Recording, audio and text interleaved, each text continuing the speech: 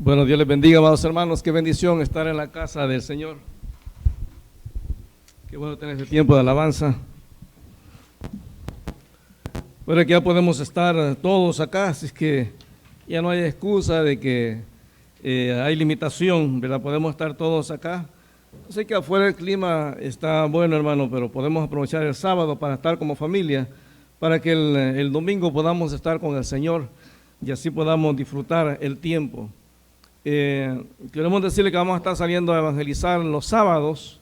De hecho, el sábado próximo tenemos la salida a un parque. ¿Alguien me puede decir de las hermanas qué parque es? Porque no tengo idea. No, a mi esposa, hermana Katia, ellas saben qué parque es, amor. Para que los hermanos sepan dónde ir, si no cada uno se va a ir a un parque diferente. Yo le digo, en un parque, ¿qué parque? ¿Verdad? Hay tantos parques en Montreal, así es que vamos a tener ahí el Día del Padre.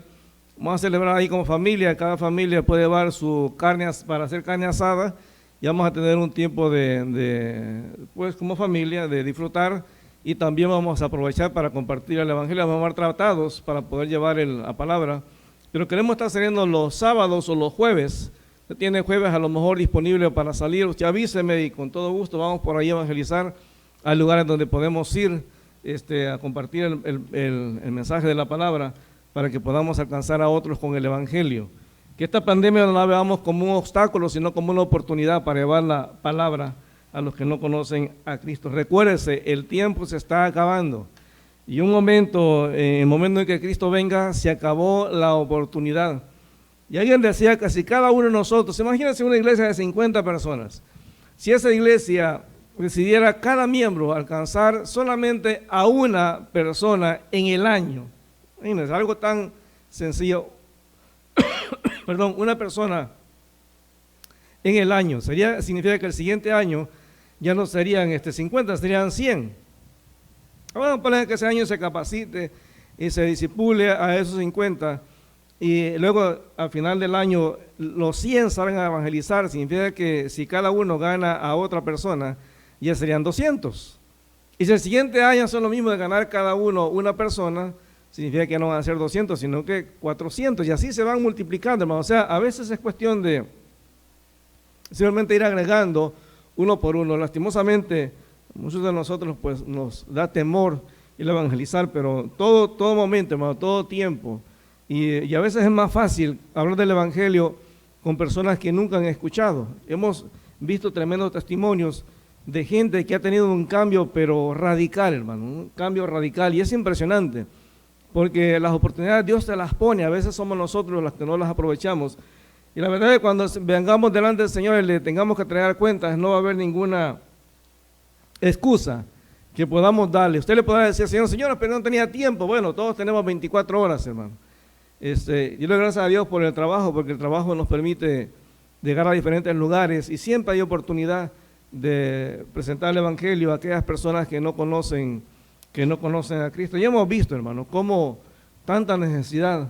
El sábado allá en Pleasantville, el viernes, perdón, fue Wesley para allá con Dorling, y hubo creo que 2 convertidos. Ahí puso él el anuncio en el grupo de la Junta, en WhatsApp. Entonces, si hay oportunidad, hermano, de compartir el Evangelio, si usted y yo no lo hacemos, estaremos hablando en 15 días sobre eso. Así es que vamos a orar y vamos a poner el tiempo en las manos del Señor. Señor, te damos gracias en el nombre de Jesús. Señor, te pedimos que en este día, Señor, seas tú usando tu palabra, Señor, llegando a nuestras vidas, y que, Padre, de cada uno de aquellos que escuche tu palabra pueda, Señor, tomar decisiones importantes en su vida. Señor, qué lástima que hay hermanos, Señor, que desaprovechan estas oportunidades de estar delante de ti, Señor, en tu casa.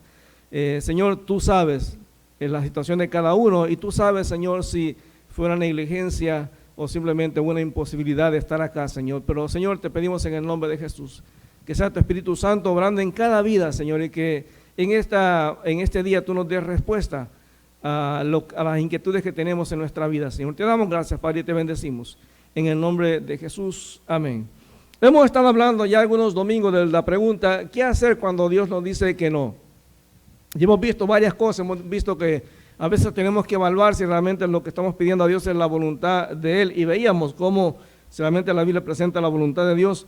Veíamos también que muchas veces tenemos que evaluar cómo estamos viviendo. A veces es problema de que hay un pecado oculto que no queremos confesar, o que estamos haciendo algo que realmente es en contra de Dios y simplemente yo no quiero dejarlo porque me he convencido de que, bueno, no es malo si todos lo hacen. Pero como decía alguien, no porque la mayoría lo diga significa que todos están en lo correcto. Entonces, ha pasado en la historia grandes crisis, como cuando pasó la matanza de los judíos.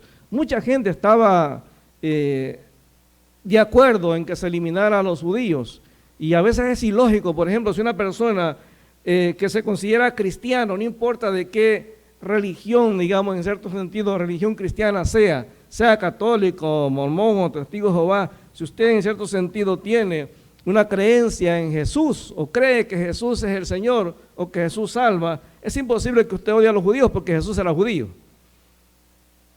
Usted no puede odiar a los judíos si usted cree en María, por ejemplo. María era judía, era de padres judíos. Entonces, a veces tenemos ese tipo de tendencias y muchos pensaban, y algunos incluso han dicho de que lo que pasó con los judíos es un invento.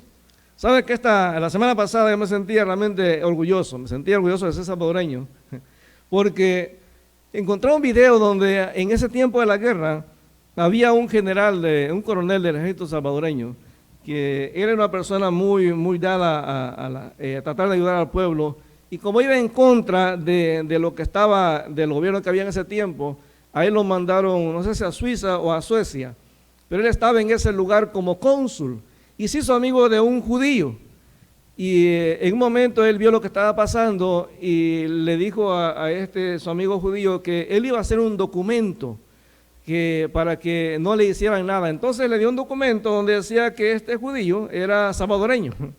Entonces cuando los alemanes llegaron a buscarlo y él les enseñó el documento de que era salvadoreño, bueno, estaba el símbolo del Salvador y decía en francés, decía este es un ciudadano salvadoreño, como una partida de nacimiento, un acta de nacimiento. Los alemanes lo dejaron porque pues ellos nunca habían escuchado de un país que se llamaba El Salvador. Entonces se le ocurrió a él la idea de que que nadie supiera, empezó a hacer actas de nacimiento y se la daba a los judíos. Y así, según las cuentas, se salvaron cerca de 50,000 judíos. Entonces, todos eran salvadoreños, pero realmente de nombre, porque realmente muchos de ellos viven en otros países. No es que se vinieron a vivir a El Salvador, sino que simplemente les dieron esos documentos. Y él ahora está reconocido allá en Israel, en uno de los museos, como uno de los, no se me acuerdo cómo le llaman ellos, pero como uno de los salvadores del pueblo judío. Ya sea hay varias gente de varios países que estuvieron a bien. Entonces Dios en su misericordia ha salvado al pueblo judío. Y hermanos, hay tanta gente en este tiempo que se está muriendo, pero a veces como iglesia estamos tan tranquilos en las cuatro paredes, no nos damos cuenta que afuera la gente está muriendo sin Cristo, hermano. ¿Sabe cuánta gente ha muerto por el COVID? Hay países como México, 200,000 personas muertas, hermano. Mire Estados Unidos. Miren los países de Europa, es impresionante, y cuánta de esa gente se fue sin Cristo. Hoy en la mañana escuchaba la predicación de un pastor que estaba pastoreando en España, y él decía que cuando Pablo y hablaba, la gente entendía de que había que ir a los últimos lugares de la tierra, pensaban que era España porque eso era lo más conocido que había. Entonces nosotros tenemos que realmente estar conscientes de que necesitamos llevar el Evangelio. Entonces cuando vemos la pregunta, por lo menos en esta mañana, cuando decimos, ¿qué hacer cuando Dios nos dice que no? Aunque a usted le parecerá a lo mejor lo que le voy a decir en esta mañana algo tan sencillo y tan común como usted a lo mejor va a decir, pastor, pero eso ya lo sabía. Pero el mensaje de esta mañana es cuando Dios nos dice que no, lo que tenemos que hacer es simplemente y sencillamente aceptar su respuesta. O sea, a veces nos cuestionamos por qué Dios nos dice las cosas, y cuando recibimos la respuesta de Dios en nuestras oraciones, a veces tenemos varias opciones o varias reacciones. Por ejemplo, hay gente que lo rechaza, que no está de acuerdo, que no está de acuerdo con la respuesta de Dios porque piensan que tienen derecho a que Dios los diga que sí a todas las oraciones que le hacemos. Hay gente que incluso cuando escuchan que Dios dice que no, dice no, realmente no dijo que no, lo que pasa es que Dios quiere que yo le ayude. Y hay gente aún en la Biblia que trató de ayudarle a Dios cuando Dios le dijo que no. Por ejemplo, Abraham. Dios le había dado la promesa a Abraham de que iba a tener un hijo ya en la vejez, pero ya con la desesperación, viendo como que Dios se lo había olvidado, Sara se le ocurre la idea de entregarle a Abraham, o sea, seguir la norma de la cultura, porque la cultura era normal, cuando una mujer casada no tenía hijos, podía darle a su sierva, al esposo, el esposo se acostaba con la sierva y los hijos que los tuviera la sierva eran de la esposa legalmente, era algo normal en la cultura. Y es lo que hizo Sara, ella para ayudarle a Dios, porque parece que Dios no estaba muy seguro de lo que estaba haciendo, no estaba claro lo que estaba haciendo, ella trata de ayudarle y a veces hacemos exactamente lo mismo. Por ejemplo, en una relación sentimental, Señor, te he estado orando tanto tiempo por mi esposa. Y dice, oye, yo creo que Dios hay que darle una ayudita. Entonces empieza a buscar y a buscar para ver. Y cuando me va mal, entonces digo, pues no es la voluntad de Dios, pero ya es muy tarde. Entonces a veces queremos ayudarle a Dios, pero la opción mejor es aceptar la respuesta de Dios. Usted va conmigo a Mateo capítulo 7, versículo 7. Mateo 7, versículo 7, lo voy a leer en la Nueva Traducción Viviente, que es un español más común y más comprensible para nosotros y para nuestros jóvenes. Mateo 7, versículo 7, vea cómo dice en este versículo la palabra. O sea, Dios sí quiere bendecirme, hermano, pero muchas veces la bendición de Dios viene en una forma negativa. Muchas veces viene con un no a nuestras oraciones. Mateo 7, versículo 7 dice, pidan y se les dará, busquen y hallarán, toquen a la puerta y se les abrirá, porque todo el que pida recibirá, y el que busque hallará, y al que toque la puerta se le abrirá.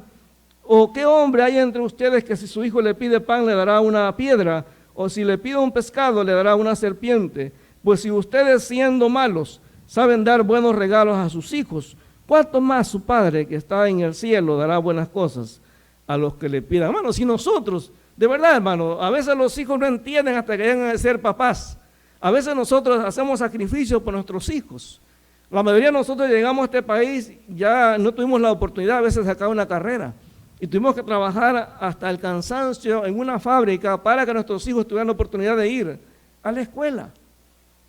Entonces hacemos el esfuerzo y Dios dice, si ustedes que son malos hacen el esfuerzo por darle buenas cosas a los hijos, porque ¿qué mamá le daría a su hijo, por muy malo que sea el hijo, le daría una serpiente en lugar de pescado? Pues claro que no. Entonces, si nosotros siendo malos podemos dar a nuestros hijos cosas buenas, ¿cuánto más Dios realmente que es bueno? Y en Jeremías capítulo 29, se lo leo, Jeremías 29, 11, dice, pues yo sé los planes que tengo para ustedes, dice el Señor, son planes para lo bueno y no para lo malo, para darles un futuro y una esperanza. En estos días, cuando oren, los escucharé, si me buscan de todo corazón, podrán encontrarme. Hermano, Dios es bueno.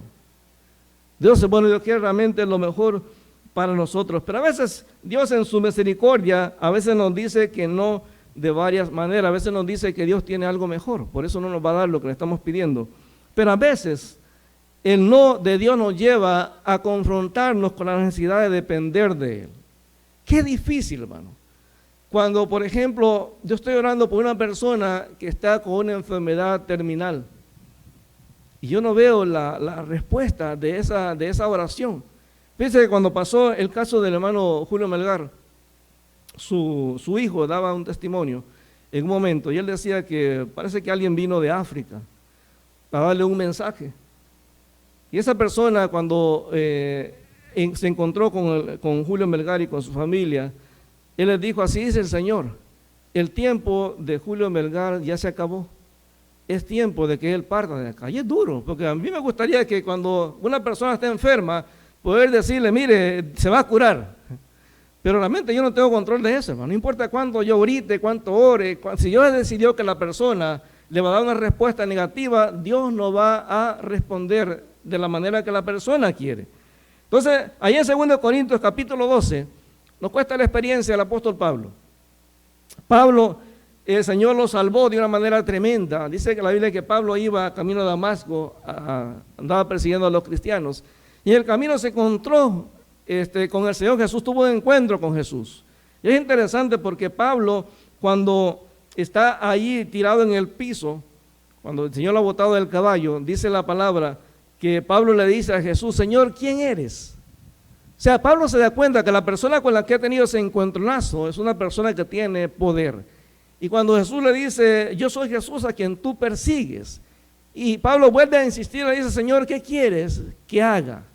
Entonces Pablo desde el principio entendió que el que manda en su vida es Jesús. Y aquí en 2 Corintios capítulo 12, en el versículo 7, es interesante porque el apóstol Pablo, algunos dicen que por causa del evento, del encuentro que tuvo con Jesús, cuando iba camino a Damasco, Pablo quedó con problemas de la vista.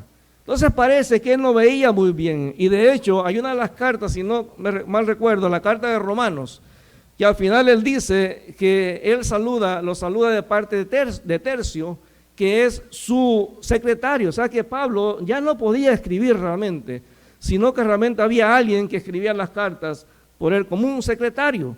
Entonces en el versículo 7 dice, y para que la grandeza de las revelaciones no me exaltase desmedidamente, me fue dado un aguijón en mi carne, un mensajero de Satanás que me abofetee para que no me enaltezca, para que no me sienta orgulloso de sobremanera. Es decir, respecto a lo cual 3 veces he rogado al Señor que lo quite de mí. Y me ha dicho, bástate mi gracia, porque mi poder se perfecciona en la debilidad.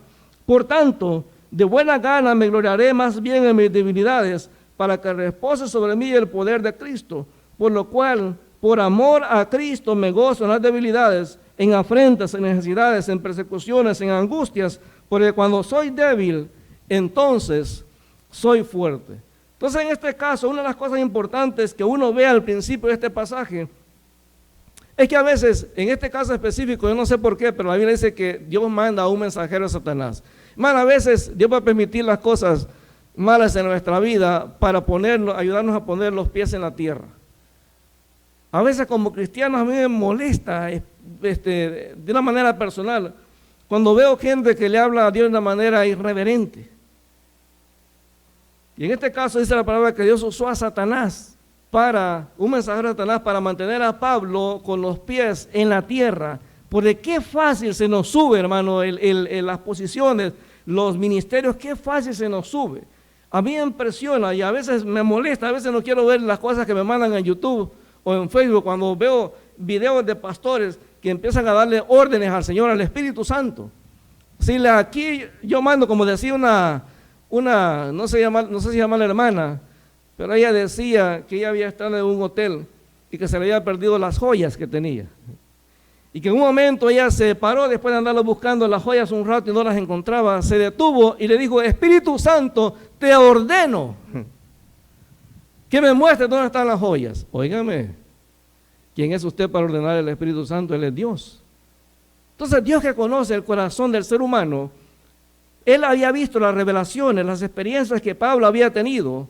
Él dice en un pasaje que él fue al tercer cielo, no sabe si en el cuerpo o en el espíritu, no sabe, lo dice un poco antes.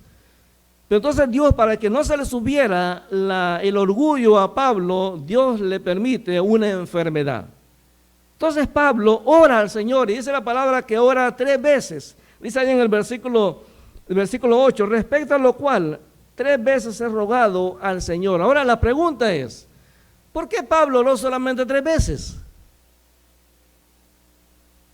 Porque las 3 veces Dios le dijo que no. Dios le dijo, bástate mi gracia, porque mi poder se perfecciona en la debilidad. Entonces debemos de saber cuándo dejar de orar, hermanos. Cuando Dios te dijo que no, ya no insistas. Ya no insistas. Ahora es claro que la Biblia nos dice que insistamos, sí, hermano. Pero hay un momento que el Espíritu Santo nos va a decir, ¿sabes qué? Ya no ores más, porque ya Dios te dijo que no. Allí en Lucas capítulo 18, en el versículo 6 al 8, el Señor Jesús está contando una parábola de la necesidad de orar insistentemente delante de Dios. Dice, nuestro Señor dijo, presten atención a lo que dijo el juez inicuo. Estoy hablando de Lucas 18, del 6 al 8. Y Dios no hará, dice, presten atención a lo que dijo el juez inicuo. Dijo, bueno, y cuenta ahí que el juez lo que dice, que esta vida ya lo tenía desesperado. Entonces en el versículo 7 dice, y Dios no hará justicia en especial a sus escogidos, que lo invocan día y noche. Siendo paciente con ellos, les digo que les hará justicia rápidamente, pero cuando venga el Hijo del Hombre encontrará fe en la tierra. O sea, sí es importante interceder, orar, insistir cuando tenemos una petición delante del Señor. Pero hermano, cuando Dios dijo que no, paremos. En el caso de Pablo, ya después de que Dios le dijo que no, él dejó de orar. Hay momentos determinados que si ya Dios me dijo que no, tengo que aceptar la respuesta. Y el apóstol Pablo nos enseña lo importante de aceptar la respuesta de Dios, a pesar de no recibir lo que se haya pedido. No siempre, hermano. No siempre. Porque a veces no es lo que me conviene. ¿Sabe cuántos hermanos yo he conocido que después de haber pasado tiempo orando por un trabajo, cuando reciben el trabajo no vuelven a la iglesia? ¿Usted sabe cuánta gente yo he conocido y cuántas parejas incluso he casado? Ya sea él o ella orando por la pareja y cuando se casan, hermano, no vuelven a la iglesia porque no quieren salir del cuarto. Y cuando nace el primer bebé, peor todavía, el bebé se vuelve el centro de su mundo. Y no vienen a la iglesia porque, oye, pues como el bebé no puede estar ahí 2 horas en ese lugar donde no hay aire acondicionado, no hay calefacción o no hay comodidad para él. Y la persona se vuelve, lo que oraban se vuelve el objeto de adoración para ellos. Dios se vuelve un segundo lugar. He conocido gente pidiéndole a Dios por un carro. Señor, dame el carro y cuando lo tenga, Señor, te prometo que lo voy a usar para darle raya a los hermanos al metro. Y después no quieren que la gente suba al carro porque se lo van a ensuciar. He conocido gente que le han pedido a Dios una casa y le dicen llorando a Dios, Señor, cuando tenga la casa la voy a poner como un lugar para que el evangelio sea predicado. Y cuando tienen la casa no quieren que nadie los visite porque le van a ensuciar el piso. ¿No se dan cuenta por qué Dios a veces nos dice que no? Porque aquello por lo que oramos se vuelve el objeto de nuestra adoración. Por eso Pablo, hay un momento que para de orar, a pesar de no ser lo que él creía que era lo correcto, porque hermano, no se trata de lo que nosotros creemos, se trata de lo que Dios dice que se va a hacer. Entonces Pablo ora 3 veces nada más. Si a Dios tú tienes 10 años orando por algo, ya no sigas orando por eso. A lo mejor Dios tiene algo, a lo mejor tienes que cambiar la manera de orar. Deja de estarle diciendo, Señor, yo quiero esto. Mejor dile, Señor, yo quiero que tú me des lo que tú sabes que realmente necesito. Hace muchos años leí el testimonio y después lo escuché también de un cantante que se llama Pablo Olivares, no sé cuántos lo conocen. Pero Pablo Olivares era un rockero. Él creció en la iglesia y creo que como a los 14 años se volvió rebelde y con varios de los compañeros que él tenía formaron una banda de rock, pero rock pesado. De esos como Black Sabbath, Led Zeppelin y ese tipo de cosas. Que no se me acuerdo si él es chileno, uruguayo o argentino, pero esos países. Y él dice que bueno, él siempre llegaba a la casa y le molestaba porque casi siempre que entraba a la casa la mamá estaba orando por él. Y él le molestaba eso. Y a pesar de su rebeldía contra Dios, Pablo se casa con una cristiana. Y él sabía que su esposa oraba por él. Y él renegaba, hasta hizo pacto con el diablo y cosas así. Dice que un día llegó a un momento tan fuerte que tenían tanto éxito, que hasta los invitaron a un evento de los MTV, allí en México.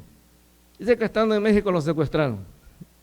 Dice que los llevaron, para variarnos, los secuestraron en México. Dice que los llevaron los secuestradores a un lugar y ahí con los ojos vendados les empezaron a preguntar varias cosas. Y dice que cuando llegó el secuestrador donde estaba Pablo, le dijo, ¿crees en Dios? Entonces la pregunta era como ridícula. ¿Cómo le vas a pedir a uno que tiene pacto con el diablo que si cree en Dios? Y él dice que allá en el fondo de su corazón él escuchaba una voz que le decía, dile que sí, dile que sí. Claro que le daba vergüenza decirle que creía en Dios porque él andaba en las cosas malas. Dice que él le dijo, bueno, a pesar de que él no creía, no quería, le dijo, bueno, sí creo en Dios. Y el secuestrador le dijo, si me hubiera dicho que no, te mato. Dice que lo suben a una camioneta y lo llevan a un terreno baldío y lo bajan de la camioneta y él dijo, hasta aquí llegamos. La camioneta se fue y cuando se quitaron la venda, los secuestradores se habían ido y los habían dejado en un terreno baldío. Dice que ellos se fueron al hotel donde estaban hospedados y él le dijo a su manager, acabo de encontrarme con Dios, yo me voy. y dejó todo y se fue de regreso a su país. Y cuando llegó lo estaba esperando su esposa, su mamá. Y él abrazó a su mamá y le dijo, mamá, yo sé que tú estabas orando. A veces Dios usa unas circunstancias difíciles para llamarnos la atención. Pero a veces nosotros no respondemos. En segundo lugar, tenemos que reconocer que Él es el Señor y Él tiene autoridad. Recuérdense, cuando cantamos aquí, no lo estamos haciendo para usted. No lo estamos haciendo para que usted diga, wow, qué tremendo estuvo alabanza. Hermano, no lo estamos haciendo para usted, lo estamos haciendo para Él. Toda alabanza es para Él. Cuando cantamos, le decimos que Él es el Rey, que Él es el soberano, que Él es el que tiene todo poder. No nosotros, hermano, nosotros somos gente limitada. Entonces tenemos que reconocer que Jesús es el Señor, que Él tiene toda autoridad. Y Él dijo ahí en Lucas capítulo 6, versículo 46, ustedes dicen que yo soy su Señor y su dueño, pero no hacen lo que yo les ordeno. Hermano, si Él como Señor me dice que no, yo tendría que entender que eso es lo mejor para mi vida. El problema es que aunque Él es el Señor, discutimos con lo que Él nos dice. Y cuando el Señor le dice aquí al apóstol Pablo, en 2 Corintios, capítulo 12, vea por favor ahí, cómo el Señor le dice a Pablo, bástate mi gracia. Bástate mi gracia. Dice ahí en el versículo 9, y me ha dicho, bástate mi gracia, porque mi poder se perfecciona en la debilidad. O sea, lo que Pablo tenía que hacer en este momento es simplemente entender que la gracia de Dios, la misericordia de Dios es lo único que nosotros necesitamos cuando estamos pasando los problemas difíciles de la vida. La palabra bástate significa ser lleno de algo, ser suficiente, estar contento con algo. Fíjese que es interesante. Pero hay una diferencia, y esto es importante que lo entendamos. Hay una diferencia entre la resignación y la confianza en Dios. Una persona que se resigna porque no puede cambiar las cosas, es una persona que se amarga porque no tiene la capacidad de cambiar las cosas. Se resigna porque no hay otra opción que hacer. Pero una persona que acepta la respuesta de Dios sabe que lo que Dios le está diciendo es lo mejor para su vida. La actitud es diferente. El que se resigna se amarga. Yo no sé si usted se acuerda cuando éramos jovencitos y nuestra mamá y su papá nos pegaban y nos mandaban al cuarto regañados. ¿Qué es lo que hacía usted? Por lo menos yo lo que hacía, hermano. Me iba murmurando, diciendo, cuando yo crezca me voy a ir de la casa y nunca me van a decir, voy a decir nada. Iba resignado porque no le podía hacer nada a mi mamá porque la veía con el garrote en la mano. Pero no estaba contento. Entonces, eso no es lo que Dios quiere. Yo no digo, bueno, como Dios es el que decide, bueno, ni modo, hay que... Y me frustro. No, hermano. Yo tengo que entender que Dios siempre quiere lo mejor para mi vida. Dice que Dios lo que quiere que entendamos es que cuando somos débiles, Él puede manifestar su poder en nosotros. A veces nos cuesta entender, hermanos, que Dios quiere lo mejor para cada uno de nosotros. Fíjense que es interesante, como dice ahí el apóstol Pablo, que cuando soy débil, entonces soy fuerte. Eso es ridículo. Pero vean cómo la Biblia nos muestra en varios pasajes. Por ejemplo, en Isaías capítulo 40, versículo 28. Solamente cuando yo reconozco que no puedo, es cuando Dios puede hacer lo que solamente Él puede. Hermano, hay cosas que yo no puedo sanar. Hermano, hay situaciones, y yo lo he visto, allá en Estados Unidos tuve la experiencia una vez de ir al hospital.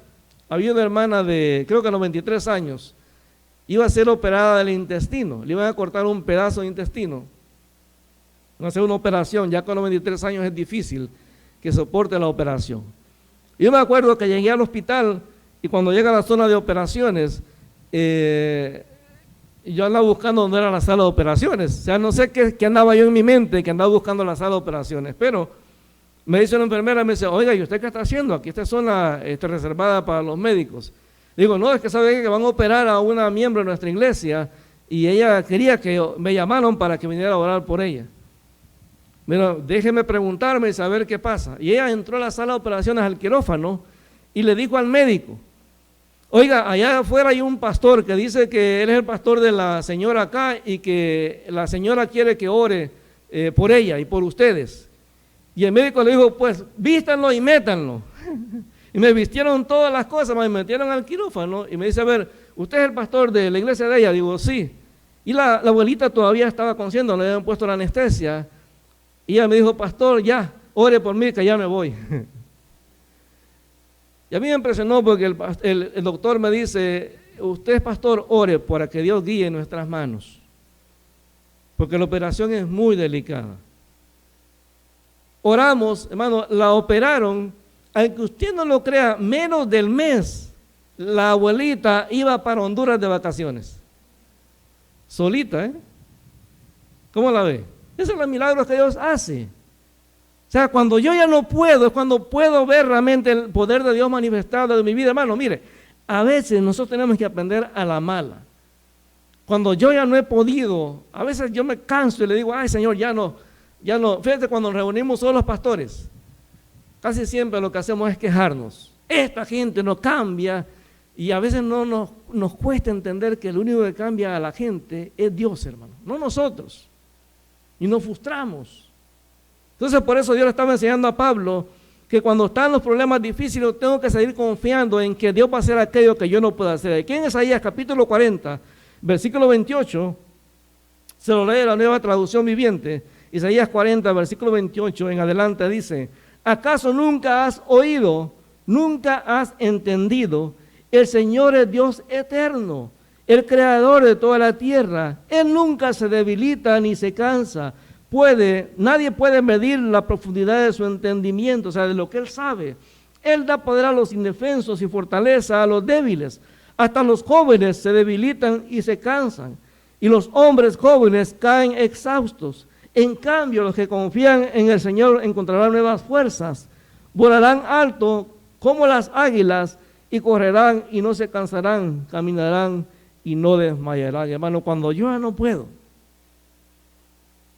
cuando usted ya no pueda, cuando sienta que las fuerzas están acabándose, mire, váyase a su cuarto, póstrese y dígale al Señor cómo se siente. Esta semana pasada se le terminó la medicina a mi esposa. Y es duro, hermano. Es duro porque es la medicina para el dolor.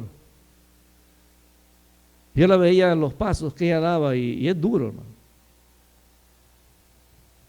Ella me ha dicho varias veces, cuando yo siento esos dolores fuertes, cuando subo al altar y empezamos la alabanza, algo pasa. Yo le digo, pero si te dolía tanto, ¿para qué te veías saltando ahí? Y estabas de pie, ¿por qué no te sientas? Porque hemos puesto sillas ahí. Y él me dice, pero es que se me quita el dolor. O sea, Dios nos muestra, hermano, que Él puede hacer aquellas cosas que nosotros no podemos. Todos nos cansamos, hermano. Todos nos cansamos. Hay momentos en que yo me quedo, a veces estamos hablando con ella y cuando ve, yo me da cuenta que no la estoy escuchando cuando escucho el ronquido. Y el cansancio es terrible, hermano. Fíjense que el viernes pasado terminamos tarde de acá, nosotros llegamos a la casa a la 1 de la mañana, porque terminamos tarde el ensayo y en la carretera me iba durmiendo, hermano. Qué duro estar cansado, hermano. Sentí una presión fuerte aquí en los hombros, iba en la 40, gracias a Dios no había tráfico. Se me cerraban los ojos. Le dije a mi esposa, ábreme la gavetera ahí. Y me dice, ¿para qué? Tú ábrela. Y cuando la abre, ve un paquete de plátanos. Digo, empieza a darme porque ya no aguanto. Entonces empieza, ya sabe, cuando yo le digo que tengo sueño, empieza a agarrar y me empieza a meter comida para que no me duerma, hermano. Es terrible. Mire, es duro cuando uno no puede luchar con el cansancio. Ahora, yo he visto milagros, hermano. Yo me acuerdo que hace algún tiempo tuvimos un retiro con las mujeres. A mí me tocó llevar al pastor hasta Burlington. Y ya era tarde, ya era noche. Creo que nos fuimos como a las 11 de la noche de ahí del evento. Y lo fui a dejar a Burlington. De aquí para allá, hermano, yo me iba durmiendo. Entonces, pero hermano tuvo que manejar un rato. Pero al regreso yo venía solo. Esas calles son solas, no hay nadie en las carreteras. Y hay una parte en Estados Unidos que la carretera es lineal, no hay ninguna curva. Y hay un momento que me dormí completamente, hermano. Me dormí. Creo que me dormí unos 30 segundos quizás, porque avancé bastante espacio. Cuando me desperté, mire, yo sacaba la cabeza, manejando para que me diera frío, y venía bailando, lo quisiera, me ponía la música bien fuerte. Qué duro cuando uno está cansado. Y en la vida a veces uno se siente así, no en lo físico, sino en lo espiritual, en lo emocional, siente uno que ya no vale la pena seguir.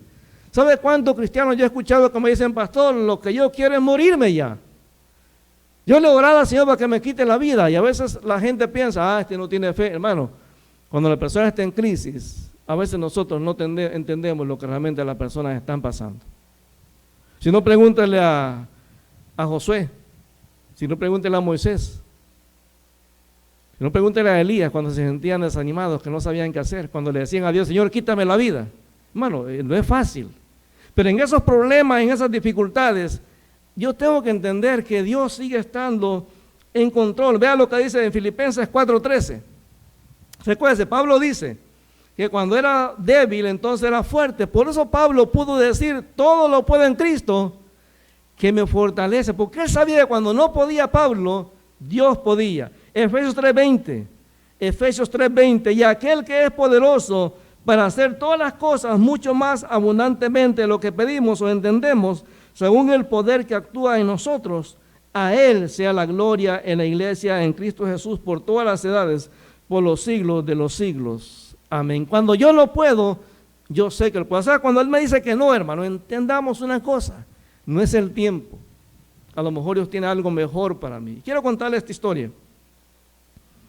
Hace mucho tiempo escuché esta historia que decía que en un barco iba un montón de gente. Y de pronto empezó una tormenta, y la tormenta era tan fuerte que el barco pues naufragó. Prácticamente el barco se quebró, se hizo pedazos, y la mayoría de gente se murió. Y solamente hubo un sobreviviente. Y ese sobreviviente era cristiano. Él creía en Dios. Entonces cuando llega a tierra, se da cuenta que es una isla pequeña que no hay muchos árboles, no hay absolutamente casi nada.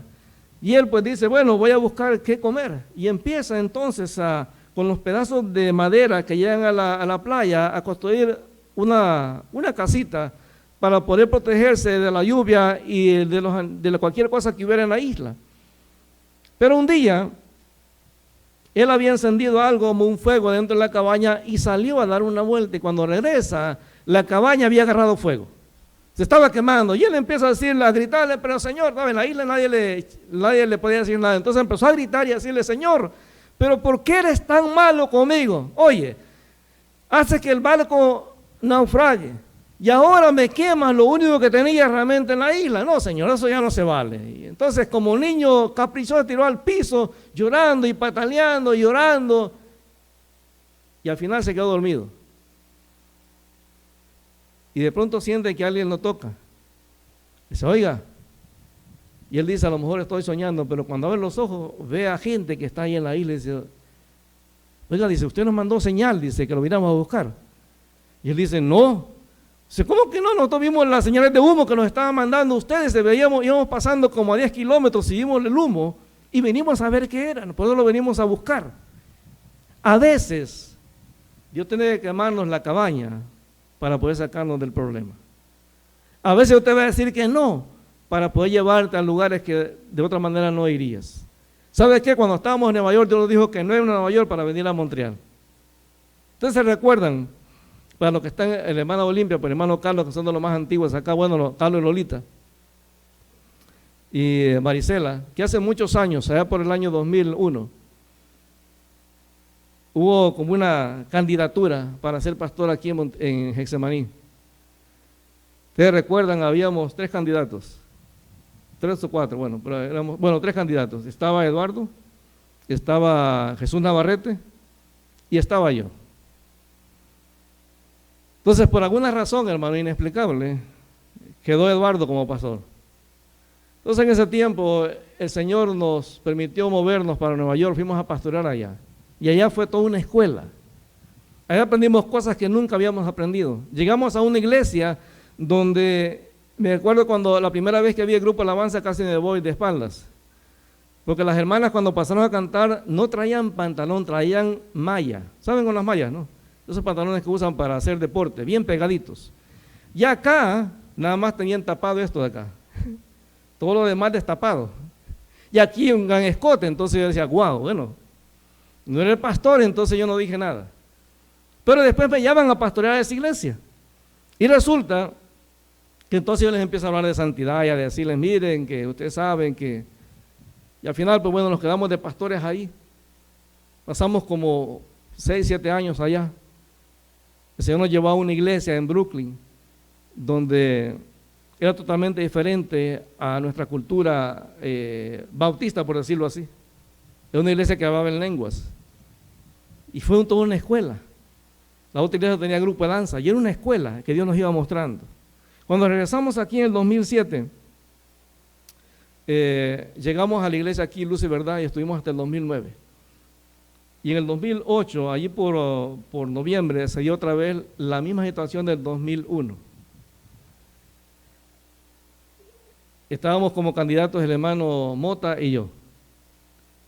Pero a mí lo que me sorprendía no es que hubiera vuelto a Getsemaní, sino que en el 2001 nosotros fuimos candidatos de 3 iglesias. Estábamos como candidatos de Monte Calvario allá en Hamilton, en las Niágaras. Estábamos como candidatos en Betel y estábamos candidatos en Getsemaní y en ninguna quedamos. Cuando venimos en 2007, en el 2008 se da exactamente lo mismo. Otra vez tenemos candidatos en Getsemaní, en Monte Calvario y en Betel otra vez. Las mismas 3 iglesias que habíamos estado antes. Y me acuerdo que estábamos predicando en Getsemaní, en Monte Calvario, allá en Hamilton, cuando el hermano Oralio nos marcó por teléfono y nos dijo, hermanos, ya quedaron como pastores acá. Y me acuerdo la primera vez que llegué a la iglesia, ya como pastores, estábamos al otro lado, no había mucha luz, casi no se veía, estaba oscuro y éramos menos de 30 personas, como 20 personas quizás. Y cuando entramos yo me acuerdo que mi esposa me dijo, aquí es. Yo digo, ¿por qué? Aquí es donde Dios nos quiere usar. Entonces, el no que Dios nos había dado en el 2001, yo sabía que antes de llegar a Getsemaní habíamos que pasar por diferentes escuelas, porque hermano, lo que aprendimos en Nueva York, eso no se aprende en un seminario. Fue una escuela. Allá aprendí a ver las cosas totalmente diferentes. Allá vi milagros que nunca había visto en mi vida. Allá había orado con personas. Allá yo vi, yo ya como muy crítico con esta cuestión de los apóstoles y profetas, y tengo mis recelos todavía, pero vi cosas. Cómo Dios puede hacer las cosas más allá del cuadro que nosotros queremos que las cosas sucedan. Hermano, Dios es soberano. Y cuando Dios me dice que no, yo tengo que aceptar la respuesta, porque tengo que saber siempre que lo que Él dice siempre va a ser lo mejor. Allá yo pude experimentar el ver a la gente sanarse cuando orábamos. Allá yo pude ver personas que orábamos a veces por teléfono y a media hora me llamaban, pastor, ya está sano. Y yo decía, pero ¿qué es esto? Pues si yo nunca me habían enseñado eso en la iglesia bautista. ¿Cómo es que uno ora y rápido se sana a la gente? ¿Cómo es que uno ora y los demonios salen? Eso no lo sabía, hermano. Entonces, a veces Dios nos dice que no, porque tiene que pasarnos por un proceso para que entendamos que quien manda y hace las cosas siempre de una manera perfecta es Él, no nosotros. No nosotros. Ahora, cuando usted vea que su cabaña se está quemando, no critique a Dios, no se enoje, simplemente acepta la respuesta y entienda que Dios todo lo que hace es perfecto. Padre, te alabamos en el nombre de Jesús. Mi Dios, te damos gracias porque tú eres bueno, porque para siempre es tu misericordia. Mi Dios, te agradecemos porque en medio de las cosas que pasamos todos los días, Señor, a veces tú nos dices que no porque sabes, Señor, porque sabes realmente lo que necesitamos, no lo que nosotros querramos, sino lo que realmente necesitamos. Y Padre, en el nombre de Jesús te damos gracias. Porque en este día, Señor, en esas dificultades que estamos pasando, podemos descansar en ti, Señor, podemos confiar en ti. Podemos seguir, Señor, dependiendo de ti a pesar de que no entendamos por qué están sucediendo las cosas. Mi Dios, te damos gracias en el nombre de Jesús. Y en este día queremos pedirte, Señor, que si hay algún hermano de los que estamos aquí o los que están escuchando, que a lo mejor está pasando un tiempo de necesidad, Señor, y siente que la respuesta no llega o siente que la respuesta es negativa, Señor, ayúdanos a entender en todo momento que lo que tú decidas en nuestra vida siempre va a ser lo mejor, Señor. Te damos gracias en el nombre de Jesús, porque tú nunca te equivocas, Señor. Tu palabra dice que tú eres veraz. Y por eso te damos gracias en el nombre de Jesús, porque podemos descansar en ti en este día, Señor. Te damos gracias en el nombre de Jesús. Yo te voy a pedir en este momento que ahí donde estás, esa necesidad que tú tienes, sigas poniéndola en las manos del Señor. Mientras Él no te da la respuesta, sigue insistiendo. Pero si ella te dijo que no, ya no insistas. Ya no insistas y acepta la respuesta del Señor. Posiblemente ahorita no lo vas a entender, pero después vas a entender por qué Dios hace las cosas. Señor, en el nombre de Jesús te damos gracias. Dios siempre tiene el control. Sí, Señor. ¿Por qué desesperarme? Dios siempre tiene el control. ¿Por qué atemorizarme? Oh, sí, Señor, en el nombre de Jesús. Dios siempre tiene el control. Porque sí, Señor, cuestionable, y aunque no entienda lo que sucede, vivo tranquilo, yo vivo en paz, porque Dios siempre tiene el control. Soy bendecido, Señor, duermo tranquilo. Gracias, Señor. Yo vivo en paz. Porque podemos descansar en ti, Señor. Porque Dios siempre tiene el control.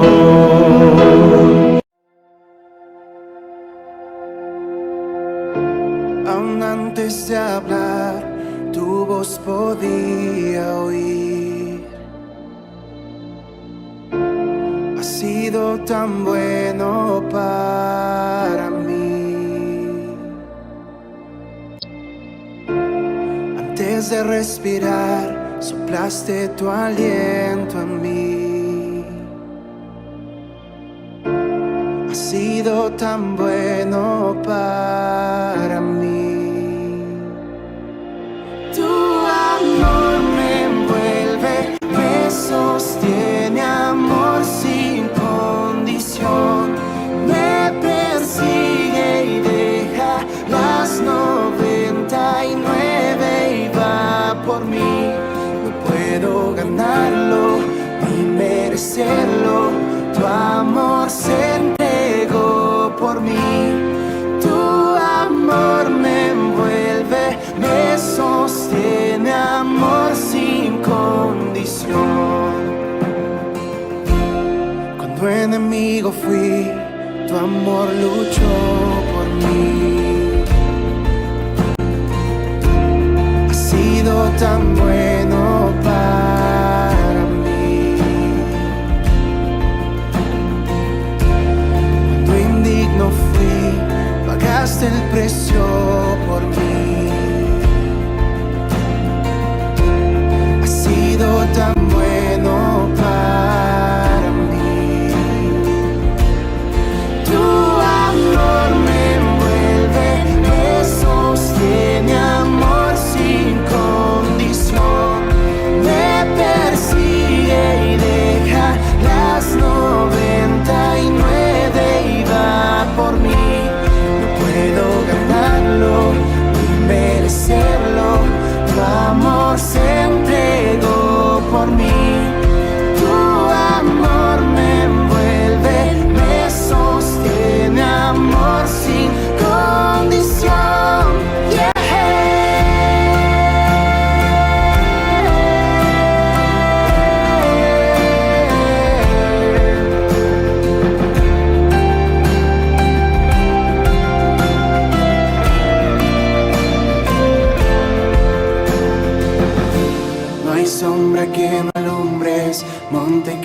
escales para encontrarme en mí.